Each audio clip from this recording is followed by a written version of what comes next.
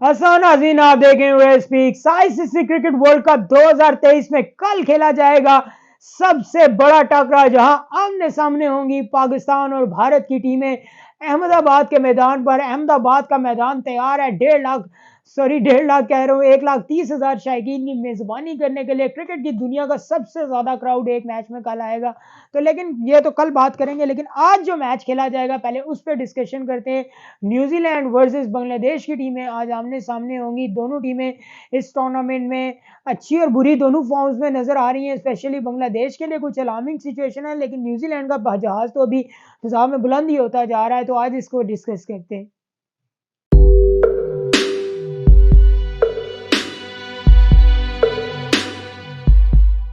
जी हाँ नाज़रीन, ICC cricket world cup में कल होने जा रहा है बहुत बड़ा टकराव। पाकिस्तान और इंडिया अहमदाबाद में होंगे आमने सामने। ग्राउंड बड़ा एक्साइटेड होगा, वहां पे क्राउड 1,30,000 का होगा। क्रिकेट की दुनिया का सबसे बड़ा क्राउड कल हम देखेंगे एक क्रिकेट मैच में। मेलबर्न में सबसे ज्यादा लोगों के बैठने की गुंजाइश है, लेकिन अब अहमदाबाद का ग्राउंड दुनिया का सबसे बड़ा स्पोर्ट्स का सेकंड और क्रिकेट का सबसे बड़ा ग्राउंड है, तो वो मेजबानी करेगा इस मैच की। बट देखें, उस मैच से पहले जो आज मैच खेला जाएगा उसकी भी अपनी एक में अहमियत है। वो मैच खेला जाएगा न्यूजीलैंड वर्सेस बांग्लादेश की टीमों के दरमियान। न्यूजीलैंड और बांग्लादेश की टीमों को अगर हम करंट सिनेरियो में देखें तो अभी वर्ल्ड कप से पहले दोनों टीमों ने जो अपनी लास्ट बायलैटरल सीरीज खेली सितंबर के आखिरी 10 दिनों में एक दूसरे के खिलाफ खेली। बांग्लादेश में ये सीरीज खेली गई थी।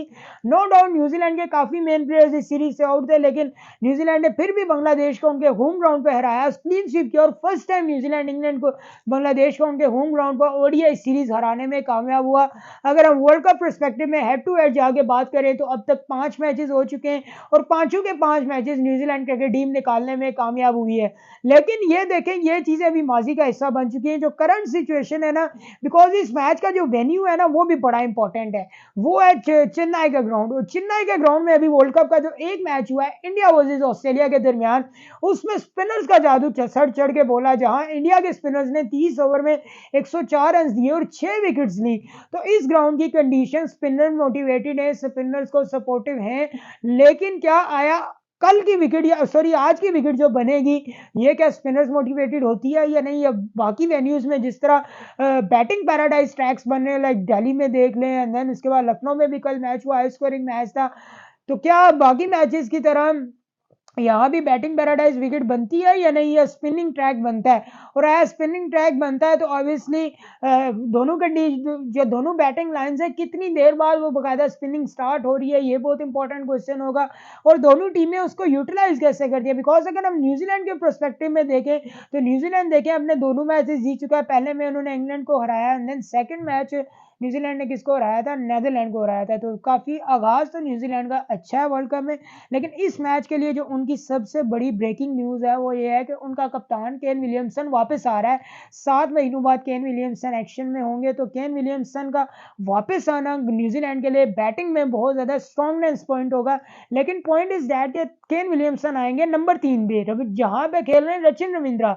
रचिन रविंद्रा अब आया ऊपर नंबर 1 पे जाते हैं, विल यंग की जगह विल यंग को ड्रॉप किया जाता है, या नीचे से ग्लेन फिलिप्स या मार्क चैपमैन में से किसी एक की विकेट उड़ाई जाती है और आया रचिन रविंद्रा। क्या ऊपर के नंबर पे जाके बैटिंग करेंगे या नीचे के नंबर पे जाके बैटिंग करेंगे? बिकॉज उनकी परफॉर्मेंस तो रियली रिमार्केबल चल रही है। उन्होंने वार्म अप मैच में भी आई थिंक 100 लगाया, देन पहले मैच में इंग्लैंड के अगेंस्ट उन्होंने 100 लगाया, लास्ट मैच में उन्होंने 50 ली। एंड देन एज अर्लियर मैंने मेंशन किया कि ग्राउंड में स्पिनिंग कंडीशन होगी, स्पिनर्स को सपोर्ट होगी, तो रचिन रविंद्रा तो ऑब्वियसली स्पिन बॉलिंग भी करा लेते हैं, तो उनका इंक्लूजन बहुत ज्यादा इंपॉर्टेंट होगा न्यूजीलैंड के लिए। और कप्तान ने कहा भी कि वो तो जरूर खेलेंगे, but let's see Kane Williamson किसकी जगह वापस आते हैं टीम में। And then as earlier I mention कि स्पिनिंग कंडीशंस होंगी तो मिचेल सेंटनर वो बहुत ज्यादा इंपॉर्टेंट होंगे। और मिचेल सेंटनर का ये होम ग्राउंड भी है, because Mitchell Santner Chennai super Kings के लिए भी खेलते हैं और लास्ट मैच में मिचेल सेंटर ने 5 आउट भी किए हैं। तो obviously Mitchell centre in touch भी है, फॉर्म में भी है, कंडीशंस भी उनके मतलब की होंगी। तो लेट्स सी वो बांग्लादेश के बैटर्स को कितना तंग करते हैं। क्या आया न्यूजीलैंड की टीम थोड़ा आउट ऑफ द बॉक्स सोचेगी इस जोड़ी की तरफ जाने की कि 2 प्रॉपर स्पिनर्स के साथ वो खिलाएं क्योंकि अगर वो ग्लेन फिलिप्स को ड्रॉप करते हैं, ग्लेन फिलिप्स उनके पास एक बॉलिंग ऑप्शन भी है जो विकेट लेके दे सकते हैं एज ए पार्ट टाइमर। तो क्या अगर वो ग्लेन फिलिप्स को ड्रॉप करते हैं तो उनका एक फिनिशिंग ऑप्शन कम होगा, एक विकेट कीपिंग ऑप्शन कम होगा और एक बॉलिंग ऑप्शन भी कम हो जाएगा। तो क्या वो ग्लेन फिलिप्स को ड्रॉप करना चाहेंगे जो 3 डायमेंशनल प्लेयर है, फील्डिंग भी बड़ी तगड़ी करते हैं? क्या वो मार्क चैपमैन को ड्रॉप करना चाहेंगे? ये बहुत इंपॉर्टेंट क्वेश्चन होगा। लेट्स सी इनमें से किसकी विकेट गिरती है। बट मैं इस जोड़ी की बात कर रहा था, इस जोड़ी ने रिसेंटली बांग्लादेश के अगेंस्ट एक मैच में 5 आउट भी किए थे। तो इस जोड़ी क्या न्यूजीलैंड की टीम सोच सकती है? जी आउट ऑफ द बॉक्स सोचने में क्या है कि आया वो हो सकते हैं या नहीं। बट फास्ट बॉलिंग वाइज अगर हम देखें तो लॉकी फर्ग्यूसन इतना परफॉर्म शायद आउट ऑफ द टच ही नजर आ रहे हैं। लेट्स सी टीम साउथी वापस आते हैं या नहीं, ये बहुत इंपॉर्टेंट क्वेश्चन होगा। बट ऑन अदर हैंड अगर हम बांग्लादेश की टीम देखें, बांग्लादेश देखें पहला मैच जीता, दूसरा हार गया, बड़े मार्जिन से वो हार के आ रहे हैं। और उन्होंने दोनों मैचेस जो अपने खेले हैं ना अब तक, वो डे कंडीशंस में खेले। लाइक उन्होंने दोनों मैचेस धर्मशाला में खेले जो सुबह 10 बजे शुरू होते थे, यानी उनका एक्सपोजर मोस्टली डे गेम्स किया। और अब ये पहला मैच उनका होगा जो डे एंड नाइट होगा, तो ड्यू फैक्टर भी यहाँ आएगा। और स्पिनिंग कंडीशन देखें, स्पिनिंग कंडीशन यहाँ बांग्लादेश को हार्मफुल हो सकती हैं बिकॉज उनकी बैटिंग लाइन इतनी वल्नरेबल नजर आ रही है। लाइक इंग्लैंड के अगेंस्ट भी उनका टॉप ऑर्डर फ्लॉप हो गया, अफगानिस्तान के अगेंस्ट भी उनकी टॉप विकेट जल्दी ही गिर गई थी, बाद में आके मेहदी हसन मिराज ने अच्छा खेला। और लिटन दास की तो through out the year performance अच्छी जा रही है, 50 से जायद का उनका एवरेज है।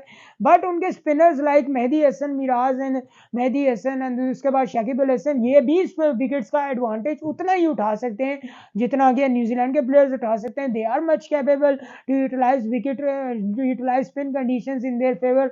सो लेट्स सी, एक अच्छा मैच होगा दोनों टीमों के दरमियान। बट मैं जो चीज देखना चाहूंगा वो है पिच का बिहेवियर। क्या आया आईसीसी के जो क्रिएटर्स हैं वो पिच स्पिनिंग बनाते हैं या नहीं बनाते? क्योंकि देखें अगर आप इस मैच में स्पिनिंग विकेट नहीं बनती ना, तो कल हफीज भाई ने बड़ी अच्छी बात की और पीटीवी स्पोर्ट्स से वो शो करते हैं, तो वहां पे उन्होंने कहा कि अगर ये टूर्नामेंट आईसीसी करा रहा है या बीसीसीआई करा रहा है, वो इस मैच की पिच फैसला कर देगी। ठीक है, क्योंकि पिच आया कैसी बनती है, तो अक्लमंदों के लिए, समझने वालों के लिए इशारा ही काफी है। इंशाल्लाह बहुत जल्द आपसे दोबारा मुलाकात होगी, तब तक के लिए अल्लाह ने दुआओं में याद रखिएगा। पाकिस्तान जिंदाबाद, कश्मीर जिंदाबाद।